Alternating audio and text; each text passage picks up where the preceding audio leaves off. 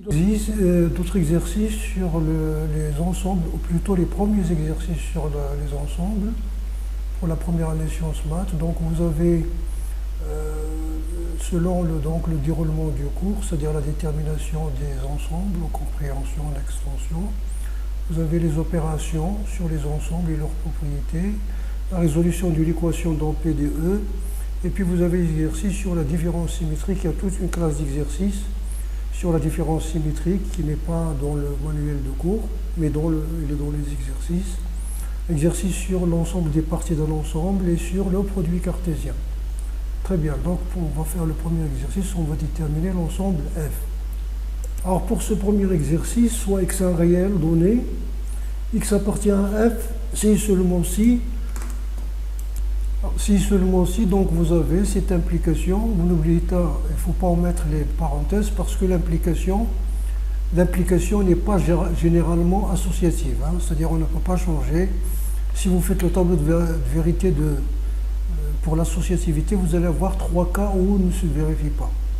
Alors vous avez ici donc la définition de la première implication, c'est non l'hypothèse ou la conclusion, non P ou Q. Donc non ça. Ici non, la négation de l'implication, la deuxième implication, ça c'est la définition que nous avons utilisée. La négation c'est l'hypothèse et non la conclusion. Donc x moins 2 inférieur strictement à 2 en valeur absolue, x inférieur strictement à racine de 3, en passant à la valeur absolue ici. Donc ici nous avons fait la racine carrée, où x appartient à 0,2. Vous avez un intervalle x moins c inférieur à r strictement supérieur à 0. Nous avons vu ça. Donc, généralement, ça c'est le centre et le rayon. Donc, x appartient à centre moins rayon, centre plus rayon. Donc, ici, c'est centre c'est 1, rayon c'est 1, donc 0,2. Donc, x appartient ici centre C2, rayon C2, donc 0,4. Et ici, vous avez centre C0, rayon c'est racine de 3, donc c'est moins racine de 3, racine de 3. X appartient et x appartient, donc l'intersection des deux intervalles, l'intersection de ces deux intervalles, union cet intervalle. L'intersection de deux intervalles ici, les éléments communs, c'est 100, 0 racine de 3, 0 racine de 3. Union 0,2, et bien sûr cet intervalle est inclus dans celui-là, donc la réunion c'est le contenant, donc c'est 0 racine de 2, donc f égale à 0,2. On va discuter suivant les valeurs de m. Si m est inférieur ou égal à 0, vous avez la valeur absolue est toujours supérieure à un nombre inférieur ou égal à 0. Même le cas de m égale à 0, quel que soit x appartenant à R, la valeur absolue est positive. Ça veut dire que, en principe, c'est une implication A est inclus dans R. C'est-à-dire R est quel que soit x appartenant à R, x appartient à A. Donc, R est inclus dans A. Et comme A, par définition, est inclus dans R, alors vous avez l'égalité. D'accord? D'où un tiers inter R égale différent de l'ensemble vide, il est égal à 1 tiers A. Pourquoi ce 1 tiers là? 1 3 inter R est différent de l'ensemble vide. Aussi pour cet exercice 2, A c'est l'ensemble des réels tels que la valeur absolue de x plus 3 est supérieure ou égale à m. M est un paramètre réel pour quelle valeur de m, c'est-à-dire il s'agit ici de résoudre l'équation en m, c'est-à-dire m c'est ce qu'on cherche.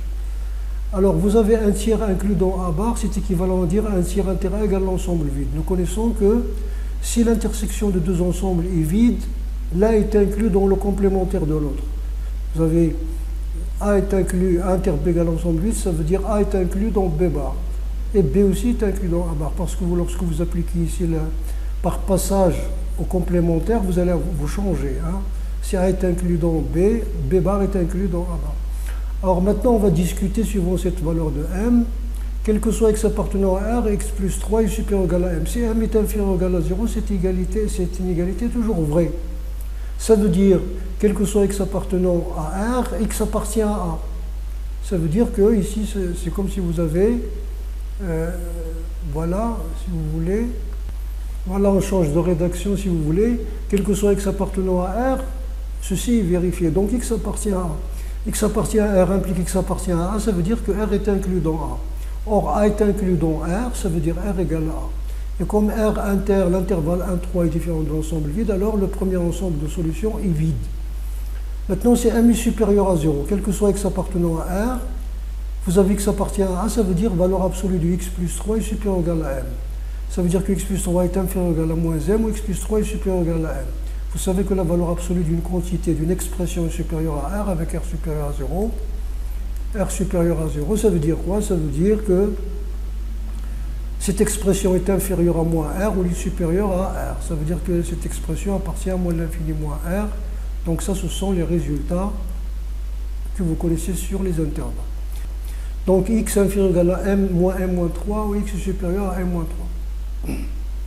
Vous avez donc ça, m moins 3, vous avez donc m supérieur à moins 4, ou m supérieur à 6. Si un nombre est supérieur à deux nombres, il est supérieur à leur sup, au plus grand d'entre eux.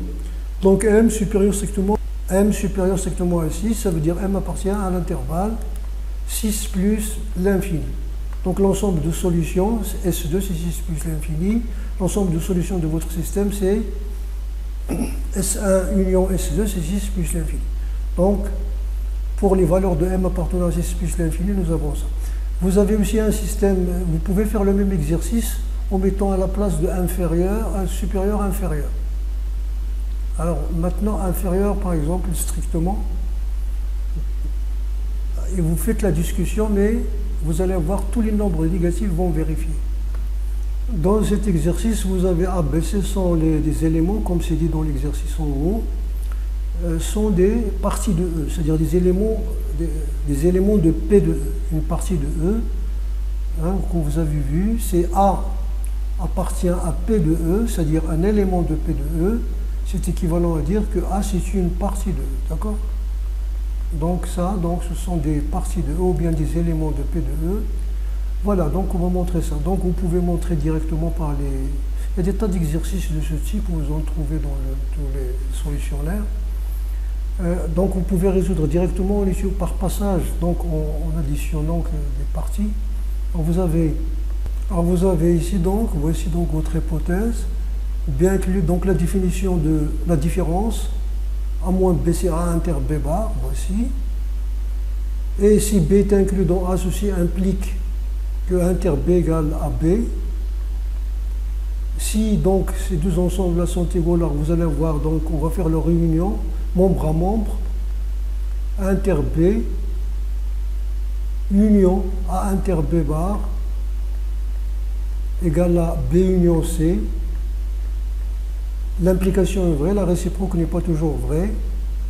Ceci implique donc distributivité, donc vous allez voir A inter, vous avez ici l'opération qui se répète, vous la mettez ici, et vous avez ici B union B bar, celle qui se répète c'est l'intersection, égale B union C, comme la factorisation, c'est B union B bar c'est l'ensemble E, c'est pour cela que nous avons dit que toutes là sont des parties de E, ce sont des parties de E, le complémentaire aussi est une partie de E égale à B union C.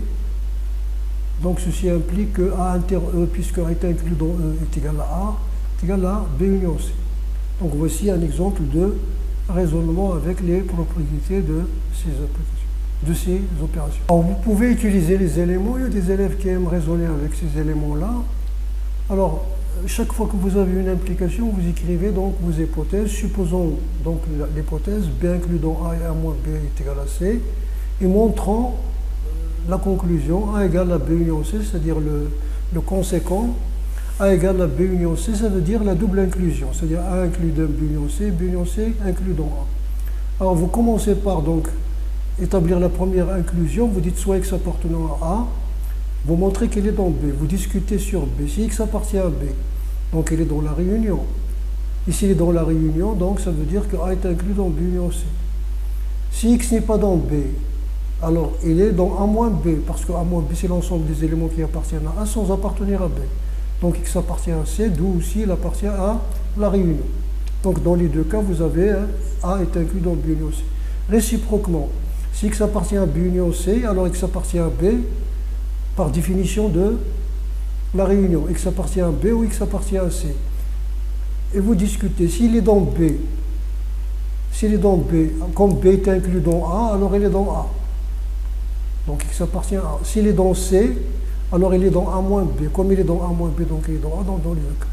Bon, c'est un peu logique, c'est lourd, mais ça c'est plus formel. Vous pouvez aussi faire un schéma avant, un diagramme, ce sont des diagrammes de veine. Vous pouvez faire un diagramme avant, vous avez donc B est inclus dans A, et B moins A est égal à C. C'est-à-dire, voici C, c'est cette partie-là hachurée en bleu, c'est-à-dire l'ensemble des éléments qui appartiennent à A sans appartenir à B. Et vous remarquez très bien que les éléments, vous pouvez faire avec les propriétés, vous pouvez faire avec les systèmes même, donc si vous voulez. Donc on peut, par exemple, par substitution, c'est-à-dire on suppose ici, on suppose l'hypothèse et on part de ce membre pour voir est-ce qu'il est égal à D. Voilà, c'est une forme de substitution. Donc notre hypothèse c'est A bar union D égale à C bar et D moins A égale à B bar.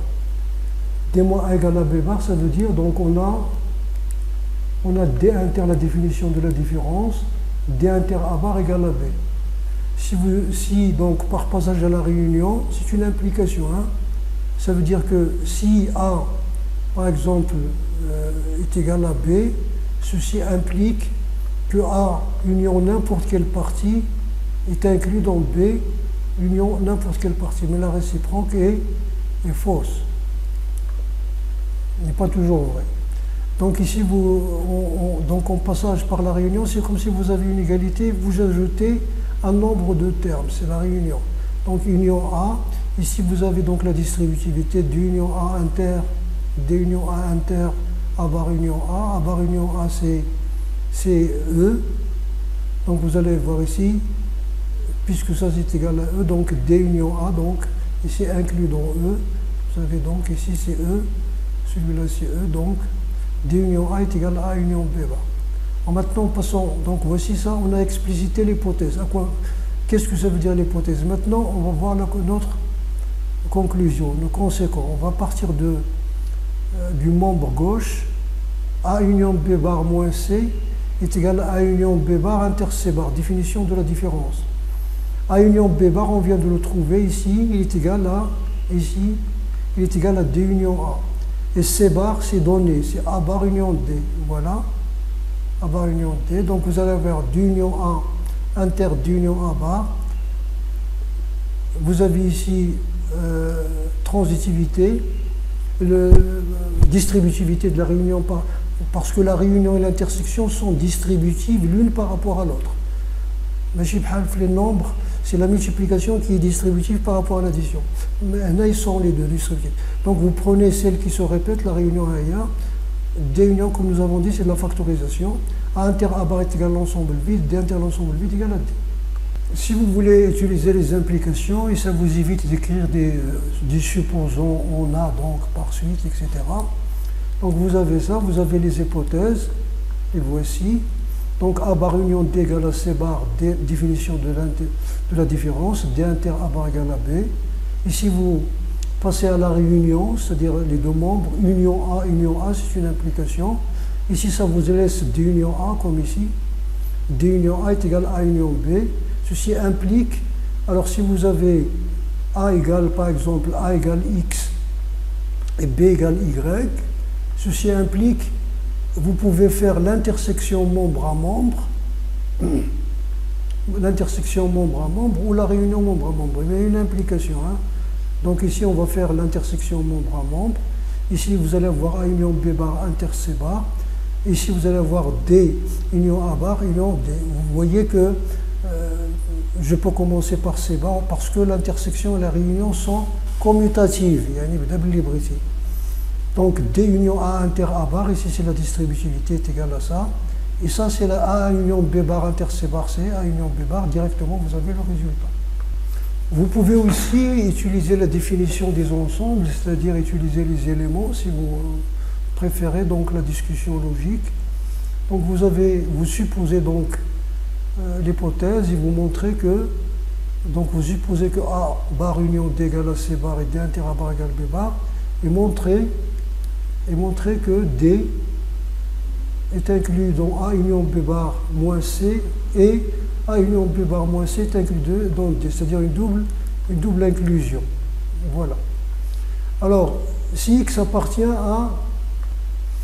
Alors, on va faire la première inclusion ici, soit X appartenant à E, donc on va mettre ici soit X appartenant à E, c'est l'hypothèse générale, soit X appartenant à E. Alors, le premier cas de discussion, si X appartient à D, puisqu'il appartient à D, donc il appartient à cette réunion. Donc il est dans C bar. Maintenant, vous discutez par rapport à A bar. Si X est dans A bar, s'il est dans A bar, puisqu'il est dans D, donc il est dans l'intersection, donc il est dans B bar. Puisqu'il est dans B bar, il est dans la réunion A union B bar. Donc X appartient à A union B bar, X n'appartient pas à C, donc X appartient à la différence. Si X n'appartient pas à A bar, c'est-à-dire n'appartient pas au complémentaire, donc il appartient à A. S'il appartient à A, donc il appartient à la réunion. S'il appartient à l'un des ensembles, donc il appartient à leur réunion. Donc d'où X appartient à A bar union B, et comme X n'appartient pas à C, vous avez. Donc dans les deux cas, vous avez D,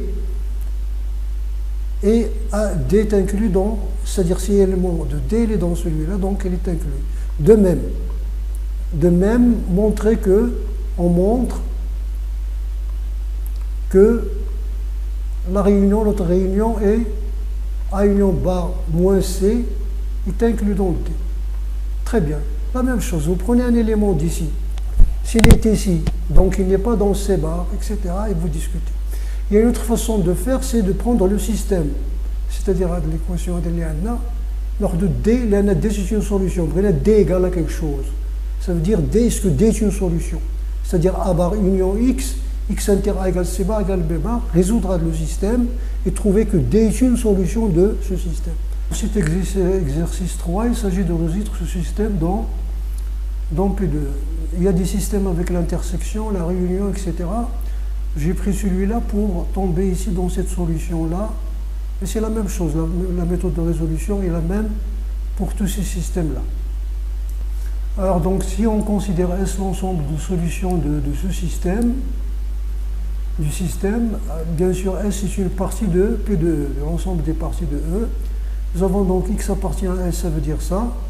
A inter X bar, parce que vous avez ici, ça c'est A moins X et A inter X bar. Ici c'est X inter A bar égale à C. Très bien. Alors d'où, donc, vous avez cette première équation. Si elle est vérifiée, donc si X appartient à C, ça veut dire on va voir B est inclus dans les deux, l'intersection des deux ensembles est incluse dans les deux ensembles. Et les deux ensembles sont inclus dans la réunion. C'est-à-dire si vous avez A union B, A est inclus dans A union B, et B est inclus dans A union B. Par contre, A inter B est inclus dans A et A inter B est inclus dans B. Donc B qui est égal à l'intersection est inclus dans A, dans les deux ensembles. Il est inclus dans A, il est inclus dans X bar. Et vous avez ici C qui est égal aussi à l'intersection est inclus dans A bar. Bien sûr, on ne va pas dire X bar parce que c'est la solution qu'on cherche. Tandis que A, B et C sont des données. Donc vous avez ça. B est inclus dans A et C est inclus dans A bar. Par passage complémentaire ici, vous allez avoir A est inclus dans C bar. Si vous passez au complémentaire, vous changez l'ordre. Donc B inclus dans A, inclus dans C bar. Donc vous avez ici votre discussion. Si B n'est pas inclus dans A, ou A n'est pas inclus dans C, alors S égale à l'ensemble. Il n'y a pas de solution. C'est les conditions, c'est comme si vous discutez un système avec un paramètre ou des choses comme ça. Maintenant, si cette condition est vraie, si B est inclus dans A, est inclus dans C bar. Maintenant, on résout le système. Alors, dans le deuxième cas, si B est inclus dans A et A inclus dans C bar, ça veut dire A inter C égale l'ensemble vide. Hein. Si un ensemble est inclus dans le complémentaire de l'autre, alors l'intersection est vide. Alors, on va résoudre le système comme nous avons l'habitude de faire avec les nombres, c'est-à-dire on va résoudre l'une des équations et substituer, donc par substitution. On peut faire comme pour les systèmes. Donc on résout l'équation 1 par exemple, et on substitue, c'est-à-dire on remplace ou bien on remporte dans l'équation 2. Alors A inter X bar égale à B, ça veut dire que l'intersection c'est B. Et l'intersection est incluse dans les deux ensembles. B est inclus dans A, ce qui est évident, le voici. Mais ce qui nous intéresse, c'est B est inclus dans X bar. Par passage complémentaire, donc X est inclus dans B bar. D'accord? X est inclus dans B bar.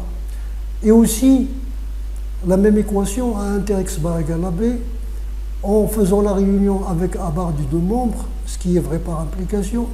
Donc vous allez avoir X bar union A bar, inter A union A bar qui est égal à E. Donc X bar, vous avez ici X bar union A bar, inter A union A bar, et A union A bar c'est l'ensemble E. Et puisque tous ce sont des parties de E, donc X union A bar. Donc ça c'est connu. Très bien, donc vous avez ça, X bar union A bar. Si vous passez au complémentaire, vous allez avoir donc X inter A bar, le complémentaire de la réunion c'est l'intersection, est égal, ici le complémentaire, B bar, inter A bar, bar c'est-à-dire A. Et vous avez ici la même chose, l'intersection, A inter B bar, c'est l'intersection. Il est inclus dans A et il est inclus dans X.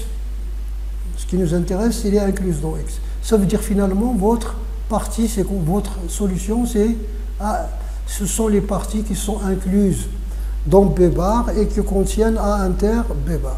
Ça veut dire que cette solution-là va s'écrire sous la forme, donc vous commencez par A inter B bar et vous lui ajoutez des parties.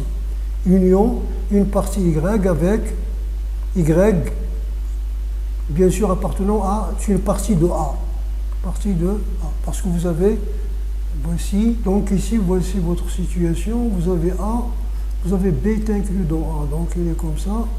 Et vous avez A inter C est égal à l'ensemble vide. On va la remplacer dans l'équation 2. On va reporter.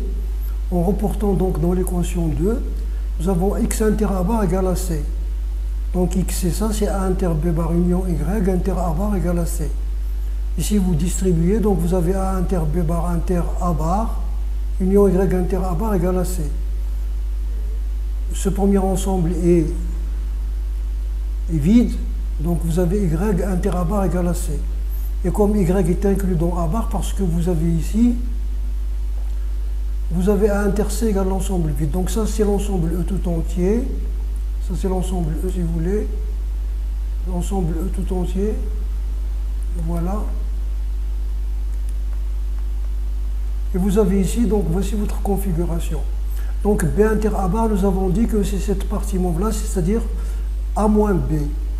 Union, on ajoute, c'est-à-dire par réunion, on ajoute des parties de ce reste-là. Ce reste-là qui est hachuré ce reste-là qui est hachuré en bleu, on ajoute des parties. On peut ajouter la partie C ou cette partie.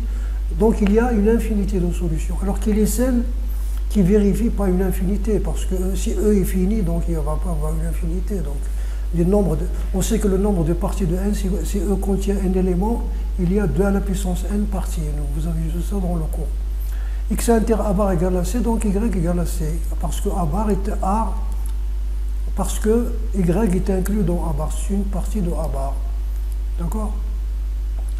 Voilà, donc la solution c'est A inter B bar union C. Maintenant, voilà. Alors la résolution qui a été faite en haut, elle est faite par implication. Donc ce que vous avez trouvé ici, c'est que cet ensemble est inclus dans l'ensemble de solutions. D'accord? Cette partie-là est inclue dans l'ensemble de solutions. Maintenant, on va vérifier, c'est-à-dire faire la réciproque, c'est la vérification. Donc, nous avons soit X égale à A inter B bar union C. On va remplacer dans la première équation, l'équation 1. A inter X bar, c'est A inter, donc X égale à ça, c'est A inter, ça. B bar. Alors ici, vous avez le complémentaire, donc ça va vous donner A bar union B bar bar, c'est-à-dire union B inter C bar. Alors, ici, vous avez l'intersection, vous pouvez laisser les parenthèses ou les enlever, parce que vous avez 3 fois l'intersection. Donc c'est A inter C bar, commutativité, transitivité, commutativité, associativité, A inter C bar, inter A union B bar. A inter C bar est égal à A. Parce que nous avons A inter C est égal à l'ensemble vide. Si A inter C est égal à l'ensemble vide, c'est-à-dire A est inclus dans C bar et C est inclus dans A bar. Si l'intersection de deux ensembles est vide, l'un est inclus dans le complémentaire de l'autre. Très bien. Donc vous avez A inter C bar, c'est A, ou A c'est A bar union B. Si vous distribuez A inter A bar, c'est l'ensemble vide, union A inter B. Union A inter B. L'ensemble vide union A inter B, c'est A inter B. A inter B est égal à B. Pourquoi? Parce que B est inclus dans A. Si B est inclus dans A, l'intersection est égale le petit. Et la réunion, le grand, celui-là, le petit, bon, c'est une façon de parler. Il n'y a pas de petit ni grand, c'est-à-dire celui qui est contenu ou bien le contenant. L'autre équation, l'équation de x inter A bar est égal à quoi? C'est inter B bar union C inter A bar. Ici, vous avez donc A inter A bar, A inter B bar inter A bar, union, la distributivité, C inter A bar. C'est l'ensemble vide parce que vous avez A inter A bar est égal à l'ensemble vide. C est inclus dans A bar. Donc l'intersection est égale à C. Donc la deuxième équation aussi est vérifiée. Donc finalement l'ensemble de solutions c'est ça. Voilà, donc si vous voulez utiliser ça dans l'exercice 2, nous l'avons dit dans la quatrième méthode. Donc vous avez ici A bar union D égale à C bar. Donc D moins A égale à B bar. Définition, donc ici vous avez, en passant au complémentaire, donc vous allez avoir A inter D bar égale à C. D inter A bar égale à D. Ça veut dire A moins D égale à C, D moins A égale à B bar. Ça veut dire que D est la solution du système A moins X égale à C, X moins A égale à B bar. C'est-à-dire c'est l'inconnu de ce système égale à B bar. Voilà. Et vous avez ici le système A moins X égale à B, X moins A égale à C. Pour une solution, ce qu'on vient de trouver dans l'exercice 3, A inter B bar union C, avec la condition A inclus dans B inclus dans C bar. Si vous remplacez B par C, c'est-à-dire vous mettez ici C, là, et vous remplacez C par B bar, ici, la condition deviendra A, B ou C inclus dans C inclus dans B bar bar. Ça veut dire B. Donc vous avez la solution X, c'est quoi? C'est A inter C bar. Vous remplacez B par C. Union B bar. Vous remplacez C par B bar. Vous faites ici la distributivité. C'est A union B bar inter C bar union B bar est égal donc C bar union B bar, c'est C inter B le tout bar. Or C inter B égale à C. Parce que C est inclus dans B. Ça veut dire donc c'est la solution D qu'on cherche. Bon. Voici le quatrième exercice. Donc là vous l'avez dans l'énoncé. Donc ce sont des exercices où il y a la différence symétrique. Une question sur l'ensemble des parties, sur P de E. Et aussi une question sur le produit cartésien. Alors pour cette question-là, donc ici il y a trois cas. Peut-être on va faire le premier et le deuxième cas.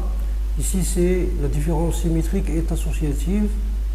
Ici, la différence symétrique est distributive. L'intersection est distributive par rapport à la différence symétrique. Et là, c'est un exercice comme ça.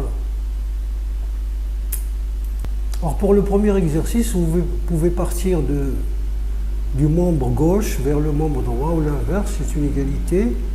Bon, je suis parti de là parce que c'est plus maîtrisable. Vous pouvez partir de l'autre côté, c'est la même chose.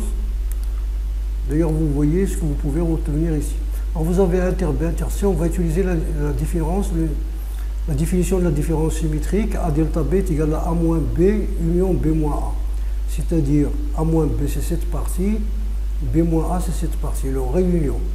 Donc, ça veut dire que c'est la réunion, c'est-à-dire le tout, moins l'intersection, moins ce petit bout-là, moins l'intersection. C'est-à-dire la réunion inter, la définition de la différence, inter, le complémentaire, inter A, inter B bar. Bien. Voilà, donc voici pour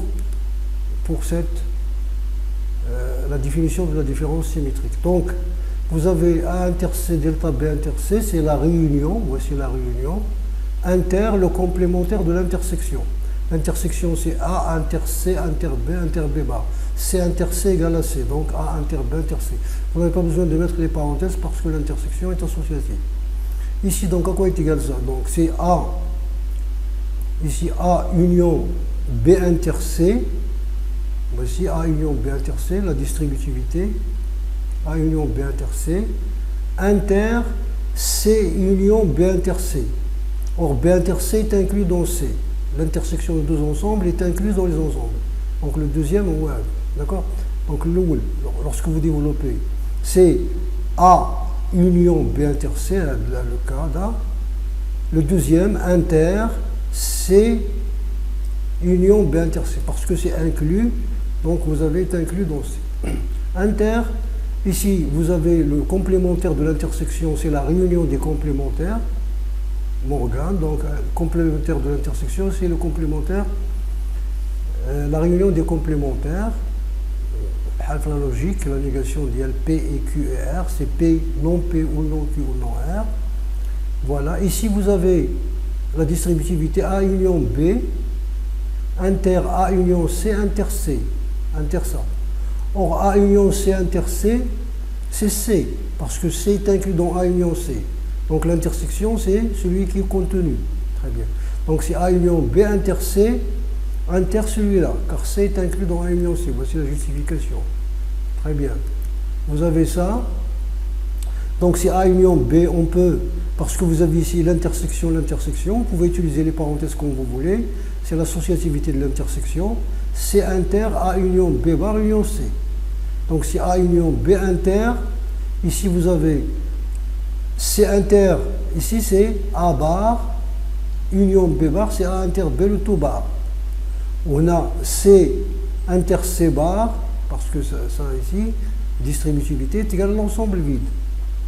Donc qu'est-ce que vous avez? Donc vous avez A union B, inter A inter B bar, inter A inter B bar, inter C. A union B inter A inter B bar, c'est A delta B, inter C. Très bien. Vous pouvez aussi utiliser les éléments si vous voulez, c'est-à-dire vous supposez, mais pour les éléments vous avez une double inclusion, mais ça peut se faire, etc. Bien, pour ce deuxième cas, celui-là, donc A delta B égale A inter B implique A égale à B égale l'ensemble vide. Donc on va utiliser donc un raisonnement par les éléments. Alors, voilà, supposons A delta B, donc l'hypothèse est égale à inter B, montrant que A égale l'ensemble vide et B égale l'ensemble vide. On va supposer par l'absurde que A est différent de l'ensemble vide ou B est différent de l'ensemble vide. On prend A différent de l'ensemble vide. La même chose pour B, parce que remarquez que cette égalité est symétrique, parce que la différence symétrique est commutative. A delta B est égal à B delta A. Et A inter B est égal à B inter A. Donc si vous échangez A et B, c'est la même chose. Donc ils jouent le même rôle. Donc A différent de l'ensemble vide, ça veut dire qu'il existe X appartenant à E, à l'ensemble E, tel que X appartient à A. Alors on va discuter sur B. Si X appartient à B, alors X dans A et dans B, donc il est dans l'intersection. Nous avons dit que l'intersection est égale à la différence symétrique. Donc il est dans la différence symétrique. Mais si dans la différence symétrique, il n'est pas dans l'intersection, parce que la différence symétrique, c'est la réunion moins l'intersection. De la contradiction. Il est dans A inter B, il n'est pas dans A inter B. Si X n'appartient pas à B, donc il n'appartient pas à l'intersection. S'il n'appartient pas à l'intersection, ça veut dire qu'il n'appartient pas à delta B, parce que l'intersection est égale à delta B. Or, A delta B est égal à A inter B, donc il est dans l'intersection. D'où la contradiction aussi. Donc, quel que soit X appartenant à A, quel que soit X appartenant à E, X n'appartient pas à A. Par suite, A égale à l'ensemble vide. De façon analogue, on a aussi B égale à l'ensemble vide. De façon analogue, ça veut dire vous reprenez toute cette séquence de raisonnement et à chaque fois que vous trouvez A, vous mettez à la place B. Voilà, vous mettez B à la place de A, B à la place de A, et vous avez donc l'analogie. Bien. Bon, on va s'arrêter là. Peut-être dans une autre partie, je vais vous donner le reste parce que la vidéo dépasse 34 minutes et c'est lourd à charger.